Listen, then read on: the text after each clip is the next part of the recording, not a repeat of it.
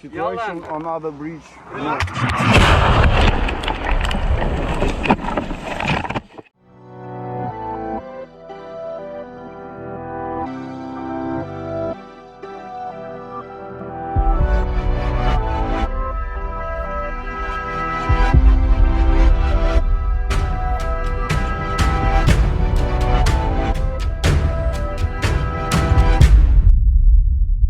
Every day, we in the West continue to sit idly on our hands, meaning more and more unnecessary Ukrainian deaths.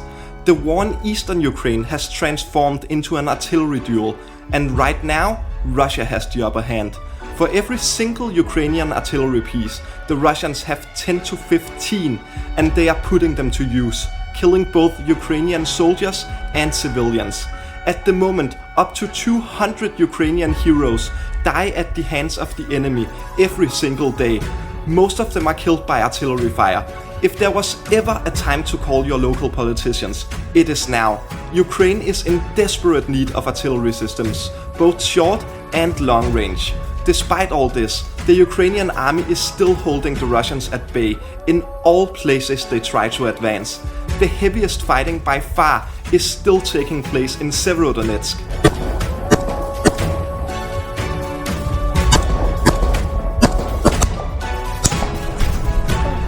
Vladimir Putin's army has bombed the bridges leading into the city, trapping thousands of innocent civilians. The Russians, of course, are using absolutely indiscriminate artillery fire to destroy everything. Severodonetsk is slowly turning into another Mariupol. Death litter the streets now. The Azovstal plant, right here, where more than 500 civilians have taken shelter, is being deliberately targeted by the Russians. When the battle is over, nothing will be left. The fact that the Ukrainians are still stopping the Russians from advancing despite all these factors is absolutely astonishing. Every inch of ground won is costing the Russian army dearly. They are losing just as many men as the Ukrainians, if not more.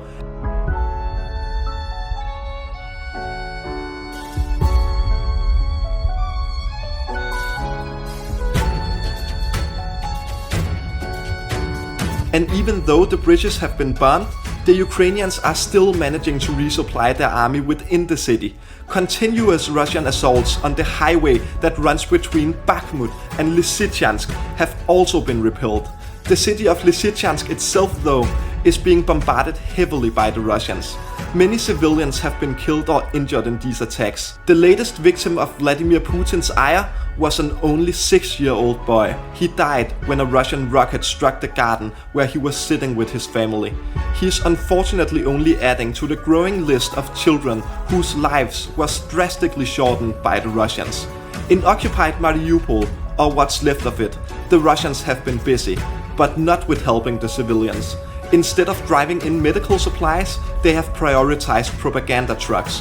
Instead of burying corpses, they have been holding victory parades, walking through the completely ruined streets, and on top of the thousands of innocent people they killed themselves. It is total madness.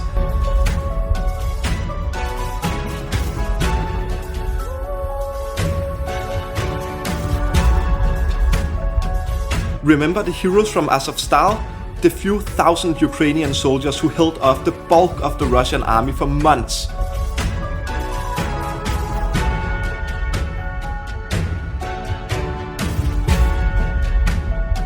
Before surrendering, the Russians promised to treat them in accordance with the Geneva Conventions. That is completely out the window.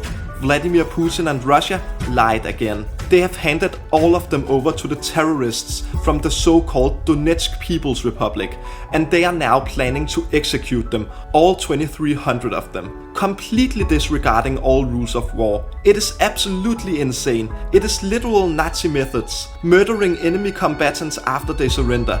And don't be fooled. If this actually happens, it will be with the blessing of Vladimir Putin. He is in total control of both the DNR and LPR, and he have been since 2014. And unfortunately, the heroes from Azovstal aren't the only captured Ukrainian soldiers the Russians plan on killing.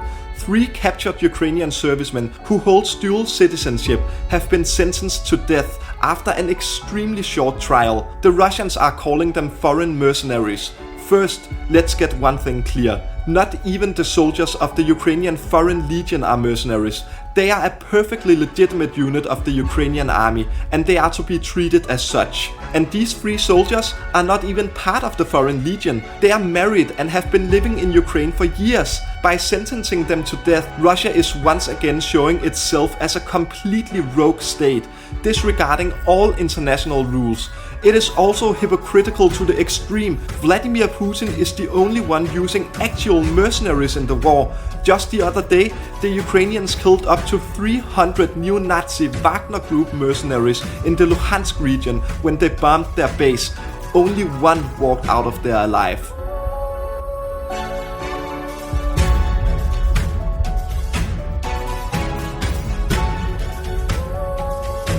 And some other good news. The Ukrainians have been successfully counterattacking the Russians in the Kherson area. They even blew up the Russian HQ in the city itself. Now the Ukrainian army probably have two targets in mind here. The liberation of the occupied city of Kherson is of course one of them. The other target is the dam at Nova Kakhovka, right here. If the Ukrainians could manage to capture the latter, it would deal an absolutely massive blow to the Russians.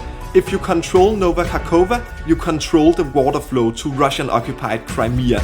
The dam itself was actually one of the main Russian targets when they launched their invasion back in February. Right now, the counteroffensive does appear to have stalled, following the intensive battles in the Donbass region.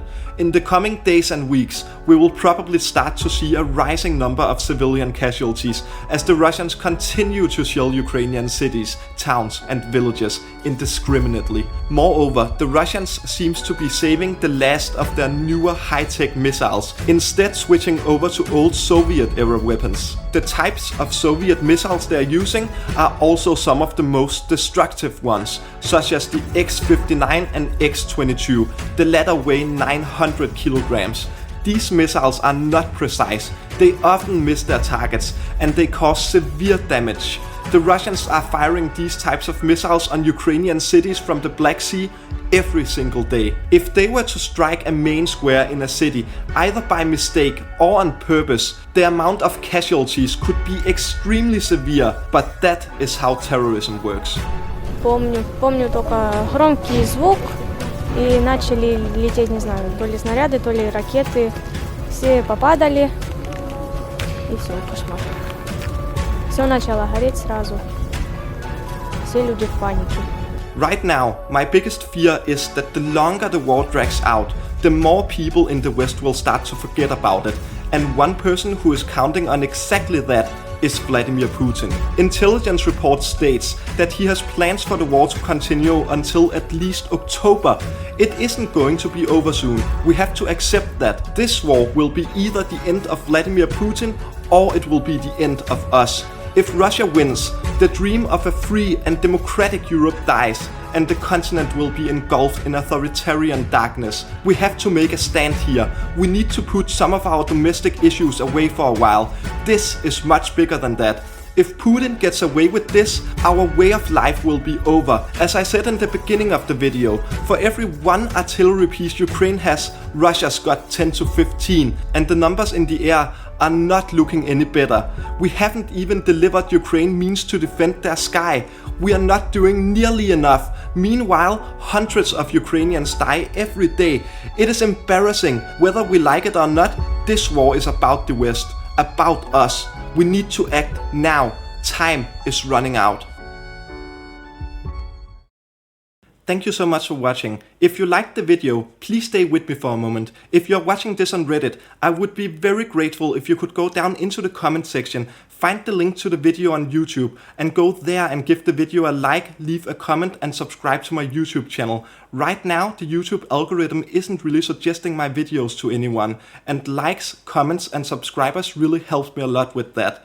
So if you have 20 seconds, I would be very grateful. Thank you.